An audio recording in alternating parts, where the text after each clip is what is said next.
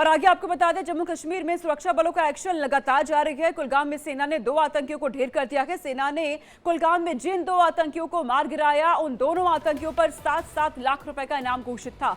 तो वहीं कठुआ में 4 से 5 आतंकियों के छिपे होने की खबर मिलने के बाद सुरक्षा बलों ने एक संयुक्त तलाशी अभियान शुरू कर दिया है। आपको ये बता दें कि सुरक्षा बलों और आतंकियों के बीच लगातार मुठभेड़ जारी है। एक जवान शहीद हो गए हैं, ये भी जानकारी मिल रही है, तो वहीं 2 जवान घायल हैं।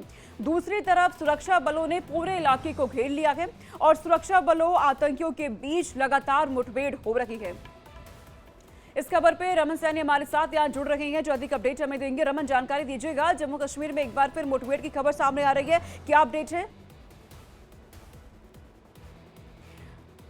रमन हमारे साथ यहाँ पे जुड़े हैं, तमाम जानकारी वो हम तक पहुंचाएंगे। तस्वीरें भी लगातार आपको हम वहां से दिखाते हैं, किस तरीके से एक के बाद एक आतंकी घटनाएं जम्मू कश्मीर में इन दिनों नजर आ रही है, लगातार हो रही है। इन सबके बीच एक और जानकारी मिल रही है, सुरक्षा बलों का एक्शन अभी भी जारी है। रमन हमारे साथ जुड़ चुकी है। रमन, जरा जानकारी दीजिए, किस तरीके से आतंकियों की ओर से कोशिशें की जा रही हैं जम्मू कश्मीर में दहशत फैलाने की? इस वक्त भी जानकारी मिल रही है कि मुठभेड़ जारी है।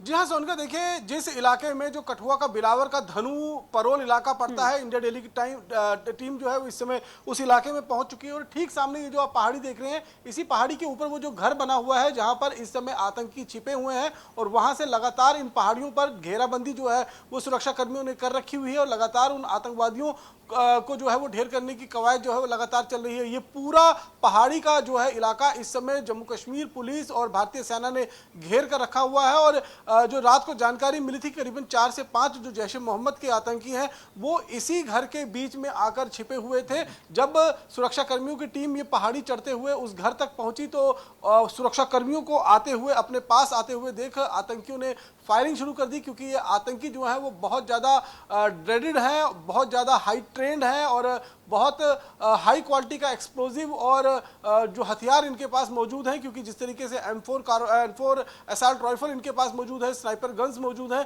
तो ऊपर से ही वो लगातार सुरक्षा कर्मियों को निशाना बनाने की कोशिश जो है उनकी तरफ से की जा रही थी। और कल जब मुठभेड़ चल रही थी उसमें जम्मू कश्मीर पुलिस का एक हेड कांस्टेबल शबीर अहमद जिनका नाम है, उनकी शहादत हुई और 2 ऑफिसर जिसमें एक ASI और एक DYSP यानी कि डिप्टी SP जो है वो गंभीर रूप से जख्मी हुए हैं। फिलहाल इस पूरे इलाके की घेराबंदी कर ली गई है, लगातार उनके साथ मुठभेड़ चल रही है। रात में जो नाइट विजन डिवाइस के साथ युक्त ड्रोन थे वो इस इलाके में उड़ाए गए थे और जिस घर में आतंकी छिपे हुए थे उस घर के पास 2 डेड बॉडीज जो हैं वो स्पॉट की गई थी। अब ये डेड बॉडीज आतंकियों की है या फिर किसी और की, इसके बारे में अभी कुछ कहा नहीं जा सकता, क्योंकि अब सूरज की पहली किरण के साथ ही ये ऑपरेशन और ज्यादा तेज हो गया है। अधिक सुरक्षा कर्मियों की टुकड़ी को यहाँ पर बुलाया गया है, क्योंकि ये लाइव ऑपरेशन है, इसलिए बहुत ज्यादा तस्वीरें हम आपको नहीं दिखा सकते हैं। वही तस्वीरें हम आपको दिखा रहे हैं जिनकी परमिशन हमको मिली हुई है, लेकिन ये पूरा इलाका जो है इस समय सुरक्षा बलों ने घेर कर रखा हुआ है और लगातार उन आतंकवादियों के साथ मुठभेड़ चल रही है।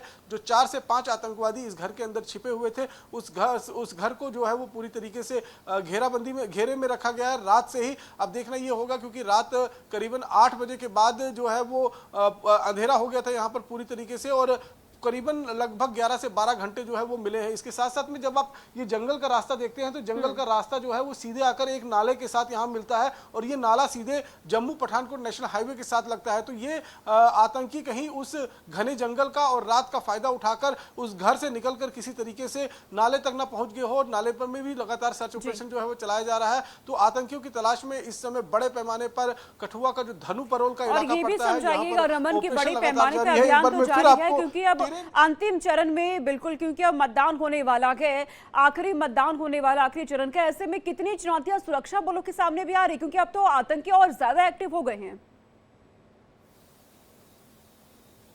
जी हाँ बिल्कुल सोनिका, आपने सही कहा, क्योंकि 3 चरण में मतदान जम्मू कश्मीर में होना था। 2 चरण जो है वो आतंक मुक्त रहा है पूरी तरीके से। जो 18 तारीख को मतदान हुआ, जो 25 तारीख को मतदान हुआ, उसमें किसी भी तरीके से आतंक की जो छाप डालने की कोशिश की जा रही थी उसमें आतंकवादियों को कामयाबी नहीं मिली। तो अब ये आखिरी मौका उनके पास है, इसीलिए लगातार आतंकी जो है वो कोशिश कर रहे हैं कि 1 अक्टूबर को जो आखिरी चरण का मतदान होना है, जिसमें 40 विधानसभा की सीटों पर वोट डाले जाएंगे, और जिस जगह पर मैं कठुआ के इलाके में मौजूद हूँ ये भी 1 अक्टूबर को यहाँ पर मतदान होगा। तो यहाँ पर मतदान के दौरान आतंकी जो है वो खलल डालने की कोशिश में लगे हुए हैं और जैसे ही इसकी इनपुट जो है वो सुरक्षा एजेंसियों को मिली तो सुरक्षा एजेंसियों ने चारों तरफ से उन आतंकवादियों को घेर लिया और उनके साथ मुठभेड़ की जो है वो शुरुआत कर दी गई है। इस समय अगर हम बात करें तो एक तरफ जम्मू में जो है ऑपरेशन चल रहा था, कल हमने देखा कि कुलगांव में भी 2 आतंकी जो है उनको ढेर किया गया था, उनके पास से भी बड़ी मात्रा में हथियार गोला बारूद जो है वो बरामद किया गया था। लेकिन वो आतंकी जो थे वो लोकल आतंकी थे और यहाँ पर जो आतंकियां हैं ये पाकिस्तानी आतंकी हैं, जैश ए मोहम्मद